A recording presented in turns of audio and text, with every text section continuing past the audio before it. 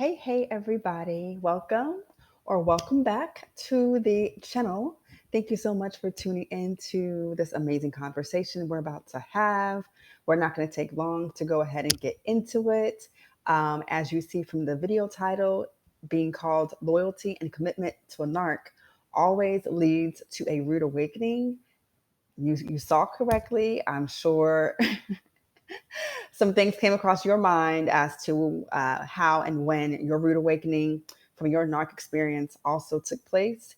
And so, yeah, without further ado, I do want to go ahead and take a moment to mention the irony of how this video talking about loyalty and commitment to a narc always leads to a rude awakening is in alignment with one of Tanya of Just Say No to Narcs, one of her recent videos on the Narc Demons Forever Supply. I'll go ahead and link that.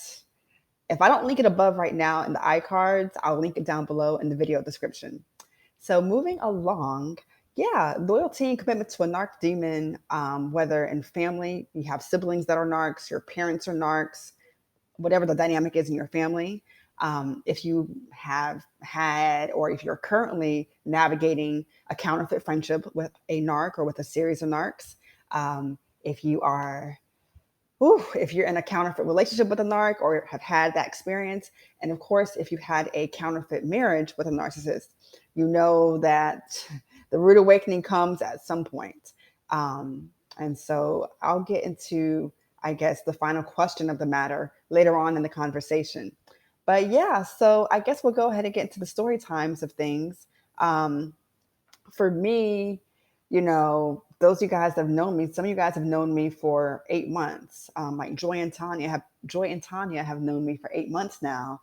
And, just me being me, consistent, just down to earth, just me being me.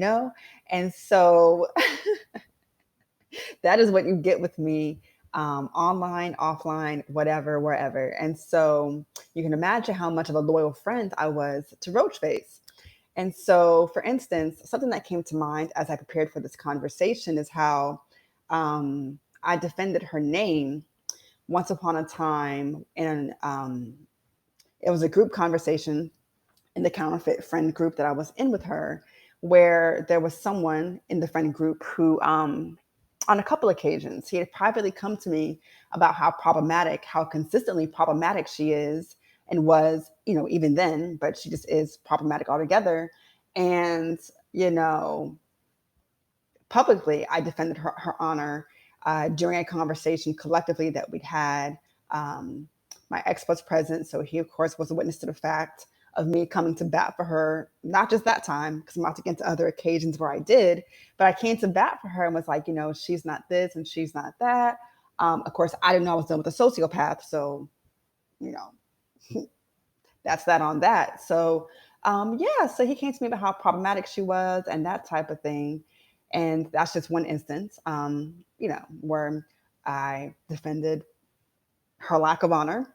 Another instance is this happened. The first instance happened about March or April of 2020.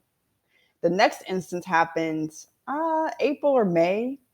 April or May. I'm thinking April. The next instance happened where one night we were collectively, me and the so-called people with Fin group, were on a voice chat. A voice chat is just a simple phone call with as many or as little people as minimal or as maximum number of people that you want to have on that conversation, that voice conversation. So there was somebody who was an active contributor of the space. Anyways, he randomly shows up that night, came in disrespecting Black women altogether. And so his disrespect for Black women altogether is what kind of created that whole atmosphere of drama. Then, of course, you have a whole sociopath unknowingly. You unknowingly have a whole sociopath in the mix of it all. So basically, that night, Roachface basically tried to make herself out to be a diplomat that night, right? And long story short, on this situation, I defended her that day as the young man I'm telling you about badmouthed me. He and I were going back and forth. She was going back and forth with him, but also simultaneously trying to be the hero and the diplomat that night. Because what she did is she went to my ex the next day, the same night or the next day for sure, and badmouthed me to my ex and was like, oh, yeah, she was cussing and told him I was the problem and stuff like that. It was really, I mean, whatever she told him it wasn't true. But one thing I won't forget about this instance is that, yeah, well, I had to tell so-and-so the truth, about what happened that night. I'm like, but that's not how it happened. So what ended up happening is a few days later, because he went to sleep early that night or whatever, earlier than usual. And so he wasn't present. But what ended up happening is he ended up getting to the bottom of things or whatever. And I was able to defend myself in front of him. But yeah, and so that's another instance of me having come to bat for her and it being in vain. And yeah, it being in vain, basically. Another instance of me being an amazing and loyal friend to her and true to her in spite of, gaslighting, episodes of gaslighting, and just different things like that. Speaking badly about my ex, even then, of course, ultimately, we know that she turned him against me. But over time, she started off trying to turn me against him and stuff like that. Another instance is just the different resources, like personal care and just different things like that. You guys know, even the other day, I was telling Joy about a makeup brand that I believe she'd be interested in. So just different things. I was, just thinking you're having girl talk, but you're having girl talk with a demon. But yeah. So just different things that I know I've shared with her or whatever that can make her life easier and stuff like that. That I know to this day she walks around taking the credit for, because in true narc fashion, they don't give credit to where credit is due. So that's that on that. And speaking of not giving credit to where credit is due and that type of thing, um, there is, you guys know I love to eat. And so there was also the instance where I made some chow mein, like March of last year. And she ended up being inspired clearly by the fact that I made the chow mein. She was inspired by it and then turned around and made a whole presentation for my ex to show off her cooking skills and all kinds of stuff or whatever to impress him and, lure him away from me, basically. She made a whole PowerPoint presentation of how she made it. And then I remember one day we were talking about her conversation with him about the chow mein. And I was like, did you tell him that I'm the one that inspired you to make it? And she was like, oh, I can't tell him that. That's basically what she said. Basically, I can't give credit to where credit is due.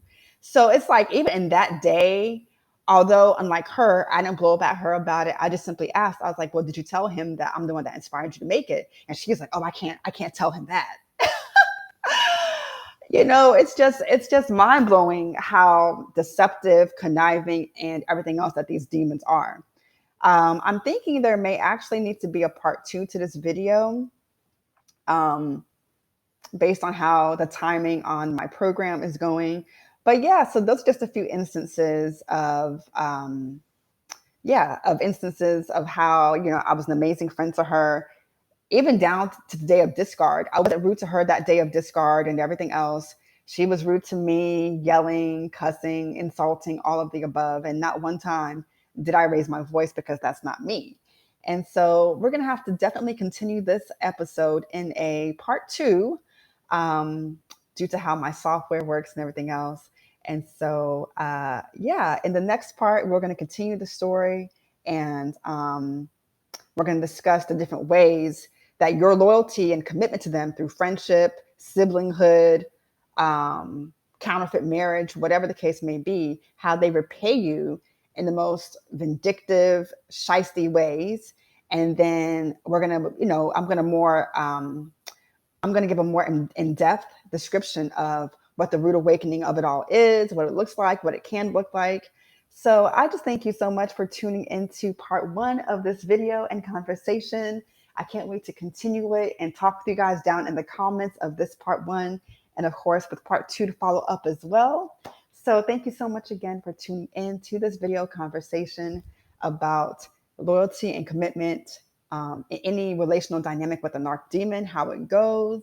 And I am going to go ahead and get into part 2 in just a moment. I will talk to you guys again soon. Peace, peace.